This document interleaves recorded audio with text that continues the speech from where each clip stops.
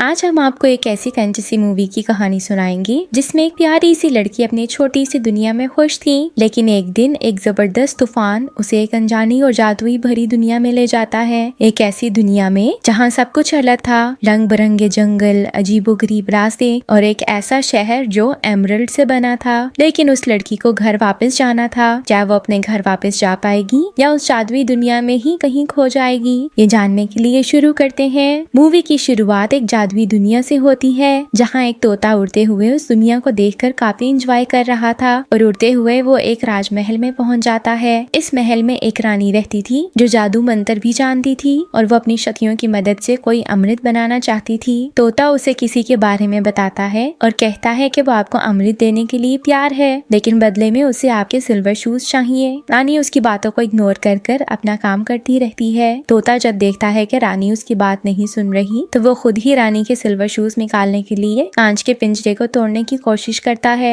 रानी को ये देखकर गुस्सा आता है, इसलिए वो तोते को उठाकर दूर फेंक देती है। फिर रानी किसी चाकव को आवाज देकर बुलाती है और उसे जादुई फूल लेकर आने का कहती है। चाकव कुछ ही देर में वो जादुई फूल ले आता है। इस फूल की खास बात ये है कि ये 20 सालों में सिर्फ एक बार ही खिलता था। रानी इस फूल को अपने उस पानी में मिलाती है जिसमें वो अपने लिए अमृत प्यार कर रही थी। रानी कहती है, अब ये सारी दुनिया मेरी है, इसलिए अब से कोई इंसान जिंदा नहीं बचेगा और मैं इस दुनिया पर राज करूंगी। ये कहकर वो राजमहल से बाहर चली जाती है। अगले सीन में हमारी दुनिया की एक छोटी बच्ची एली को दिखाया जाता है जो अपने मोम डैड के साथ कार में जा रही थी। एली आजकल के बच्चों की तरह हर वक्त अपने मोबाइल में घुसी रहती थी, इसीलिए उसके माता पिता उसका ध्यान मोबाइल से हटाने के लिए उसे उसकी दादी के घर लेके जा रहे थे। मोम डैड ने उसे एक किताब पढ़ने के लिए दी थी, इसीलिए एली भी फोन को किताब में रखकर देखने लगती है, लेकिन वो भी एली के ही मोम डैड थे। डैड एली का फोन छीन कर कहते हैं, ऐसे नहीं चलने वाला।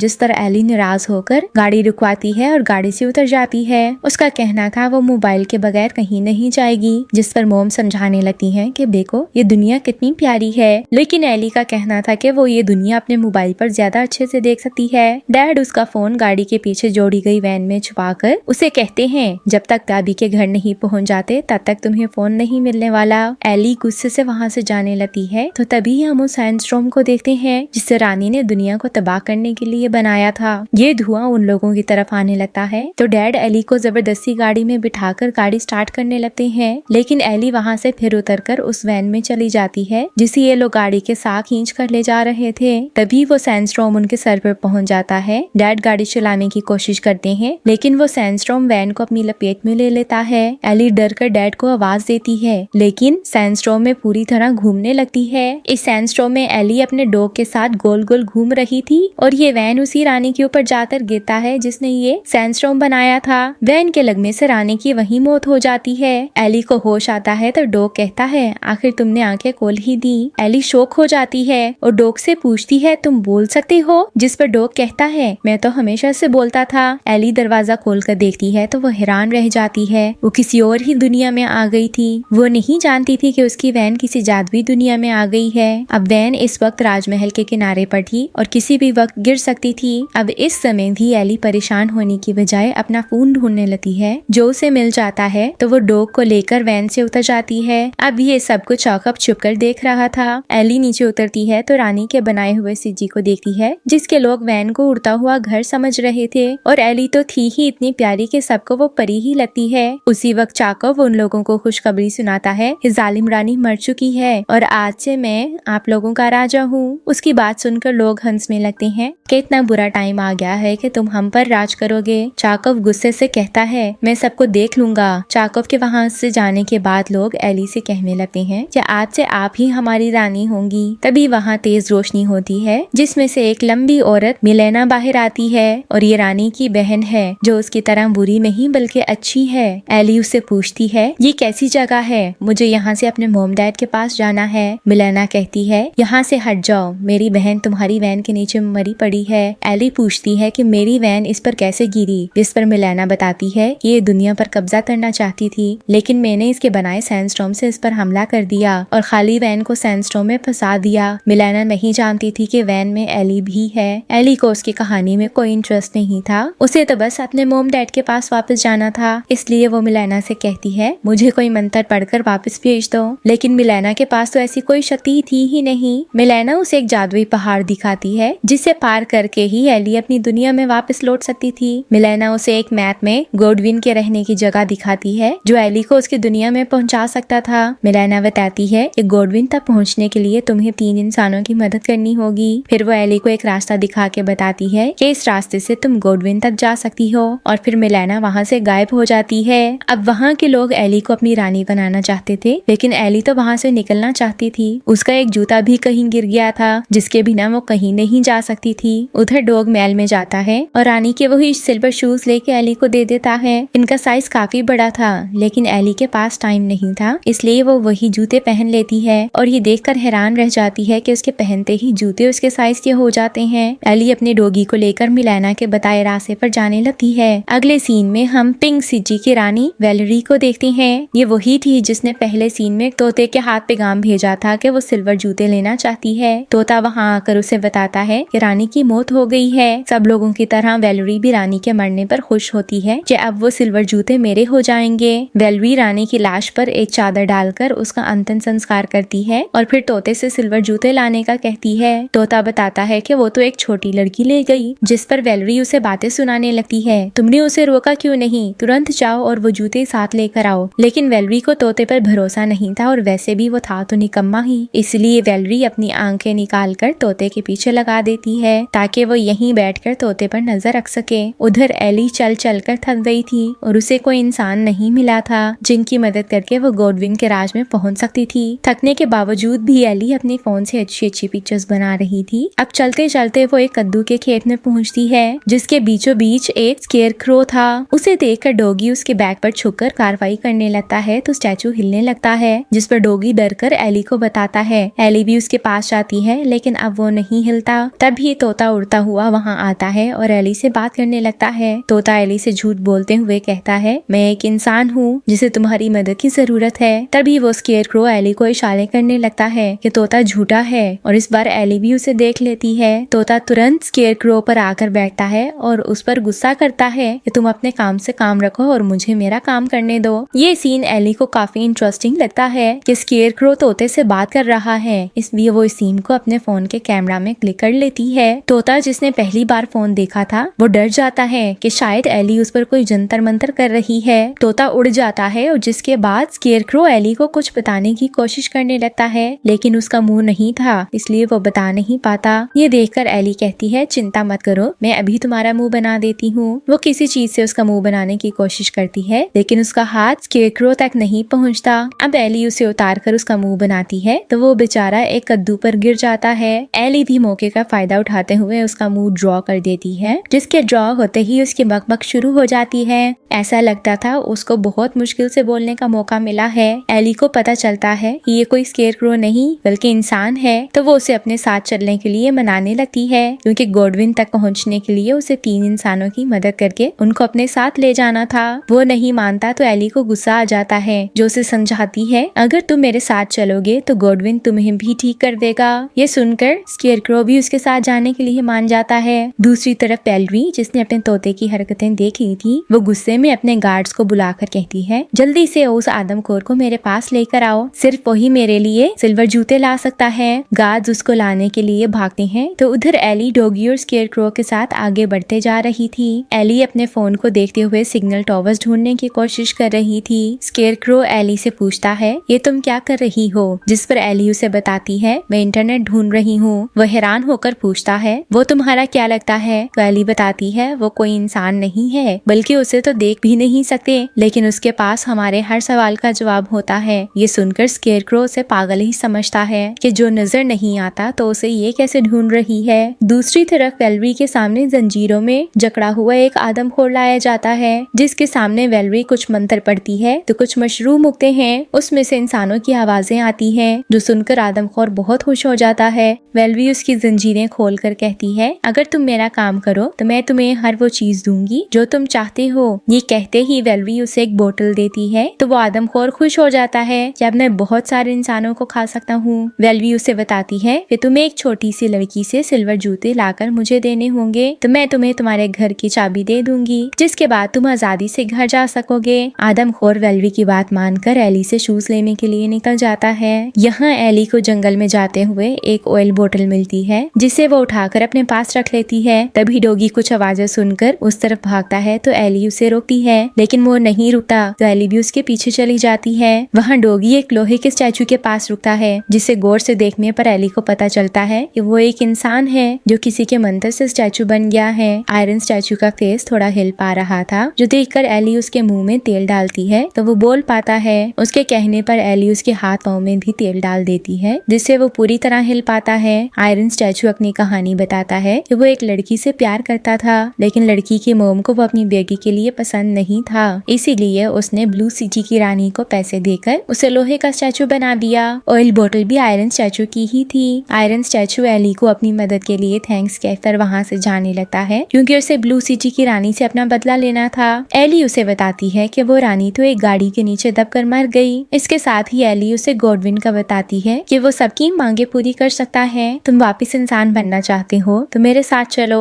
उसकी बात मानकर आयरन स्टैचू भी उसके साथ चल पड़ता है। वो चारों चलते चलते जंगल को पार कर लेते हैं। एली और डॉगी आगे जा रहे थे जब डॉगी को अपने टॉय के साथ चलता देखकर एली उसे डांटने लगती है कि इर्द गिर्द इतनी सुंदर चीजें हैं और तुम उनको देखने के बजाय अपने टॉय के साथ ही लगे रहते हो। ये कहते हुए एली को अपनी मोम की याद आ जाती है, जो उसे यही कहती थी कि तुम दुनिया की खूबसूरती देखने की बजाय अपने फोन से लगी रहती हो। ये याद करके एली को अपनी गलती का एहसास होता है और वो काफी शर्मिंदा हो जाती है। एली को आगे बढ़ते हुए कुछ आवाज आती है और वो उसकी ओर जाती है तो वो देखती है वहाँ कुछ मशरूम्स उग रहे हैं और एक बोर्ड पर लिखा था गॉडविन यहीं रहता है। ये पढ़कर एली खुश हो जाती है और गॉडविन से मिलने के लिए उसी रास्ते पर चलने लगती है। कुछ ही दूरी पर उनको एक आदमी नजर आता है जो कोई और नहीं बल्कि वेलवी का भेजा हुआ आदमखोर था। ये सब देखकर वेलवी खुश हो जाती है कि उसका काम होने वाला है। एली उससे पूछने लगती है क्या आप गॉडविन है तो वो हाँ कहता है, जिस पर खुश होते हुए एली उसे कहने लगती है मुझे मेरे घर वापस जाना है। वो कहता है मैं तुम्हारा इंतजार कर रहा था और ये कहकर वो एली को अपनी गाड़ी में बिठाता है। एली सोचती है शायद ये गाड़ी कोई टाइम मशीन है जिसमें बैठकर वो अपने घर पहुंच जाएगी। ये सब देखकर वेलवी खुश हो जाती है कि उसकी मंजिल उससे कुछ ही दूरी पर है। वहाँ स्केयरक्रो और आयरन स्टैचू जो एली से पीछे आ रहे थे एली को ढूंढते हुए आगे बढ़ते हैं तो उनको वहाँ डॉगी नजर आता है जिसे मशरूम के साथ लटकाया हुआ था। वो दोनों से आजाद करके एली का पूछते हैं तो डॉगी एली को बचाने भागता है। उस वक्त एली गाड़ी में बैठने ही लगी थी जो असल में एक चूल्हा था जिसमें वो एली को पकाकर खाने वाला था। डॉगी को देखकर आदमखोर कहता है मैं एक समय में एक ही शख्स को घर भेज सकता हूँ। ये सुनकर एली कहने लगती है पहले मैं ही जाऊंगी, लेकिन तभी आयरन स्टैचू वहाँ आकर उस आदमखोर को पहचान लेता है कि इसे तो बंद कर दिया था और ये बाहर कैसे निकला। वो आदमखोर से लड़ने लगता है। उधर डॉगी एली को बचाने की कोशिश कर रहा था, लेकिन लड़ाई में बैरल नीचे गिर जाता है। इसी बीच स्केयरक्रो और आयरन स्टैचू मिलकर एक पत्थर आदमखोर पर गिरा देते हैं, जिससे उसकी मौत हो जाती है। ये देखकर वेलवी पूरी तरह से निराश हो जाती है कि अब वो सिल्वर जूते कैसे हासिल कर पाएगी। यहाँ बैरल से एली बाहर निकलती है और उसे पछतावा होने लगता है कि उसके डॉगी ने उसकी मदद करने की कितनी कोशिश की, लेकिन वो सेल्फिश होकर पहले घर जाने के लिए डॉगी को भी यहाँ छोड़ने वाली थी।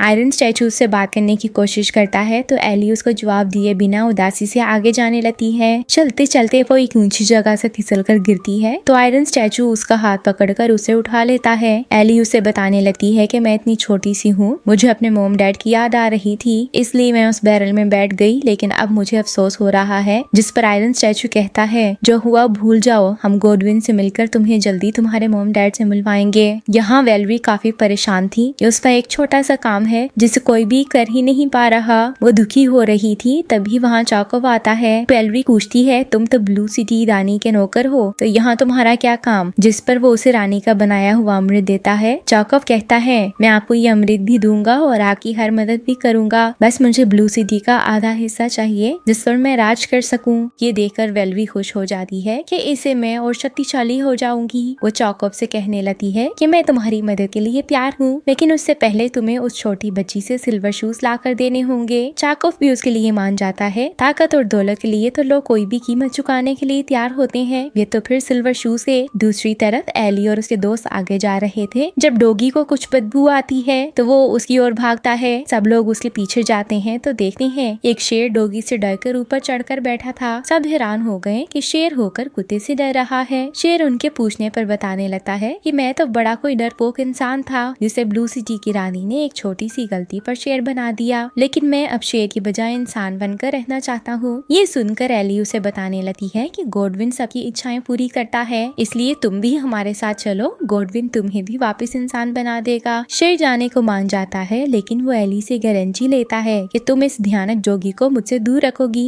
अब वो 5 हो गए थे। जैसे ही वो शेर को साथ लेकर आगे बढ़ने लगती हैं, तो एक चूहा सामने आता है, जिसे देखकर शेर डर के मारे भीगी बिल्ली बन जाता है। डोगी ये देखकर उसे कुछ शर्म दिलाता है कि माना तुम शेर नहीं हो, लेकिन शेर का नाम इतना भी खराब मत करो। इस पर शेर भी थोड़ा भरम दिखाते हुए धाड़ने की कोशिश करता है, तो उसके मुंह से शेर की धाड़ की बजाय बिल्ली की आवाज निकलती है, जो सुनकर चूहा भी हंसने लगता है। वहाँ जाकोब वेलरी को एक शैतानी आइडिया देता है, जो वेलरी को काफी पसंद आता है, और वो उस पर अमल करते हुए एली के रास्ते में कुछ फूल उगा देती है, जो देखते ही देखते बड़े हो जाते हैं और हर तरफ फूल ही फूल नजर आते हैं। ये फूल कोई आम फूल नहीं थे, बल्कि जहरीले थे, जिनके दरमियान कोई बहुत देर रुकेगा तो बेहोश हो जाएगा और कुछ देर में मर भी जाएगा। एली उन फूलों के दरमियान पहुँचते ही हमेशा की तरह अपने फोन से तस्वीरें बनाने लगती है। वो चाहती थी वो अपनी दुनिया में वापस जाकर सारी तस्वीरें वहाँ के लोगों को दिखाए, ताकि वो भी यहाँ आना चाहें। एली सब लोगों के साथ तस्वीरें बनाने लगी, जो देखकर वेलरी खुश थी कि बस कुछ ही देर में ये बेहोश हो जाएगी और फिर सिल्वर जूते मेरे हो जाएंगे।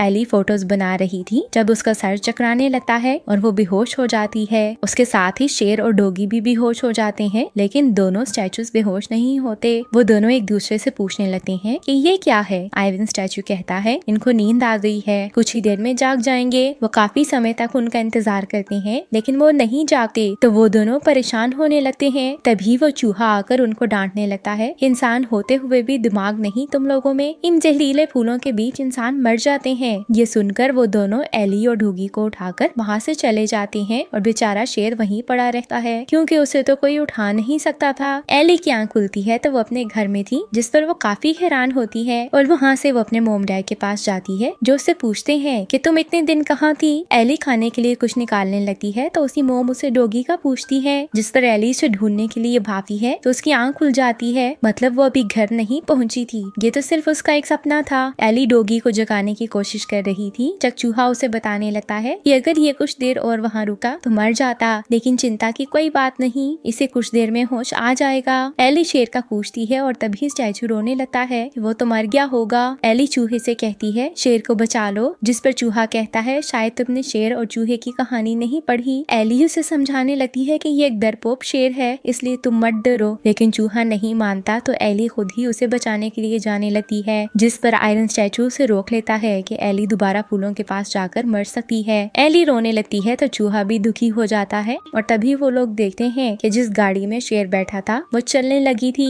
वो लोग हैरान थे कि गाड़ी कैसे चलने लगी है। चूहे ने उन लोगों को रोता देखकर तरस खाकर अपने दोस्तों को मदद के लिए बुलाया था। शेर की भी जान बच गई थी, जिस पर एली खुश होती है, तो चूहा कहता है तुम लोगों से मैंने सीखा जितनी भी मुश्किल हो दूसरों की मदद करनी चाहिए। ये कहकर वो एली को एक छोटा सा गिफ्ट देता है। तभी सारे फूल उड़ने लगते हैं, तो वो समझ आते हैं कि ये किसी के मंत्र की वजह से हो रहे हैं। वेलरी ये सब देखकर गुस्से में आ जाती है कि ये लोग अब भी बच गए। फिर आखिरी चाल चलते हुए वो अपने शेरों को जाकोब के साथ भेजती है। इधर एली अपनी टीम के साथ वहीं रात गुजारने के लिए रुक जाती है, क्योंकि शेर को अभी तक होश नहीं आया था। उन लोगों को गॉडविन तक पहुंचने के लिए अजर एक पुल पार करना था, जिसके बाद एली अपने घर जा सकती थी। अचानक डोगी एली को बताता है कि उसे शेरों की स्मेल आ रही है। एली कहती है शेर को तो अभी होश भी नहीं आया, जिस पर डोगी कहने लगता है कि ये हमारे शेर की बू नहीं। एली और उसके साथी ये सुनकर शेर को वहीं छोड़कर पुल की तरफ बढ़ते हैं। वो जानते थे दुश्मन शेर को नुकसान नहीं पहुंचाएंगे, क्योंकि वो तो उनके पीछे हैं। पुल पर पहुंचकर वो देखते हैं कि पुल जगह जगह से टूटा हुआ है, इसलिए ये लोग पुल पार नहीं कर सकते थे। तभी राक्षस शेर भी वहाँ आ जाते हैं, जिनके ऊपर जाकोब बैठा हुआ था। वो शेर इन पर हमला करने लगे थे, लेकिन जैसे ही शेर पुल की तरफ आते हैं तो पुल उनके वजन से नीचे गिर जाता है और शेर भी गिर जाते हैं। राक्षस शेर गिरते गिरते भी एली पर हमला कर देते हैं, तो एली गिरने लगती है, लेकिन आयरन स्टैचू उसे पकड़ लेता है। इस हमले में स्केरक्रो नीचे गिर जाता है, जो देखकर एली दुखी हो जाती है। एली आयरन स्टैचू को पकड़कर ऊपर आती है, तो वहाँ रह जाने वाला एक राक्षस शेर एली पर दोबारा हमला करता है, जिससे आयरन स्टैचू लड़ने लगता है। जाकोब स्टैचू पर हमला करता है, जिससे उनका बैलेंस खराब होने पर आयरन स्टैचू भी नीचे गिर जाता है। वेलरी ये सब देखकर खुश हो जाती है कि बस अब सिल्वर जूते मेरे होने वाले हैं। राक्षस शेर मैदान खाली पाकर आकर एली पर हमला करता है तो उसी वक्त वहाँ एली वाला शेर आ जाता है। इस बार वो सीना तान कर आ गया था और असली शेर लग रहा था, जिसे देखकर राक्षस शेर भी डर जाते हैं। शेर एली के लिए खुद को पूरी तरह बुखादर शो करवाते हुए एक लंबी छलांग लगाता है और राक्षस शेर से लड़ने लगता है। इन दोनों की लड़ाई से बचे हुए पुल का भी हिस्सा टूट जाता है और वो नीचे गिर जाता है, लेकिन एली सुरक्षित साइड पर थी, पर उसके साथी शेर नीचे गिर जाता है, जिस पर एली और दुखी हो जाती है कि उसके साथ साथी गिर गए थे। तभी चाकव एली से कहता है, अपने ये जूते चुपचाप मेरे हवाले कर दो। ये सुनकर एली हैरान हो जाती है कि इन बेकार जूतों के लिए इतनी लड़ाई। वो चाकव से कहती है, इन फजूल जूतों के लिए तुमने मेरे साथियों को मार डाला। ये पकड़ो अपने घटिया जूते और इनको लेकर यहाँ से दफा हो जाओ। जूते लेते ही चाकव खुश होने लगता है कि अब मुझे यहाँ का राजा बनने से कोई नहीं रोक सकता। उसी वक्त चाकव को डोगी की आवाज आती है तो वो घबरा जाता है कि शायद वो भी शेर की तरह कुत्तों से डरता था। डोगी उसी ओर आता है तो चाकव पीछे हटने लगता है। आखिरकार वो नीचे गिर जाता है और उसके हाथ से सिल्वर जूते भी नीचे गिर जाते हैं। ये देखकर वेलवी तो सदमे से शौक में चली जाती है। कितना सब करके भी सिल्वर जूते उसके हाथ नहीं आए। तभी एली नीचे देखती है तो उसे आयरन स्टैचू और शेर जिंदा नजर आते हैं, क्योंकि वो ज्यादा नीचे नहीं गिरे थे। एली ये देखकर खुश हो जाती है। तभी उसे एक और आवाज आती है और वो उस तरफ देखने लगती है तो स्केरक्रो भी कोई चीज पकड़कर ऊपर आ रहा था। शायद ये लोग गैर इंसानी शक्ल में थे इसलिए बच गए थे। वो सब ऊपर आ जाते हैं और स्केरक्रो एली को सिल्वर जूते भी दे देता है। एली उन लोगों को हक करते हुए जज्बाती हो जाती है और उनसे कहती है, मैं तुम सब लोगों को खोना नहीं चाहती। डोगी भी उन सबको जिंदा देखकर खुश हो जाता है। वो सब मिलकर पुल को क्रॉस करके गोडविन के राजमहल पहुंच जाते हैं। वहाँ बहुत ज्यादा सीढ़ियाँ थी जिन्हें चढ़कर ही उनको महल पहुंचना था। एली उन लोगों से कहने लगती है कि मैं अपनी दुनिया में वापस जाने के बाद तुम लोगों को बहुत ज्यादा मिस करूंगी और तुम सबसे मिलने आया करूंगी। वो लोग सीढ़ियाँ चढ़ रहे थे और वहीं हम तोते को देखते हैं जो उड़कर गोडविन के महल के ऊपर पहुंच जाता है। गोडविन की आवाज सुनाई देती है जो उससे पूछता है, क्या खबर है? तो तोता उसे बताता है कि एक छोटी लड़की आ रही है जिसके पास सिल्वर जूते हैं, जो आपको मिल जाएं तो आप दुनिया पर राज कर सकते हैं। उस लड़की की छोटी सी ख्वाहिश है जिसे पूरी करके आप उसे सिल्वर जूते ले सकते हो। गोडविन मान जाता है और उनका इंतजार करने लगता है। गोडविन तो हमें नहीं दिखाया गया, लेकिन ये जरूर बताया जाता है कि गोडविन एली की बात मानकर एली को उसके घर भेज देता है। इस आवाज के साथ ही मूवी की एंडिंग हो जाती है। Thank you for watching.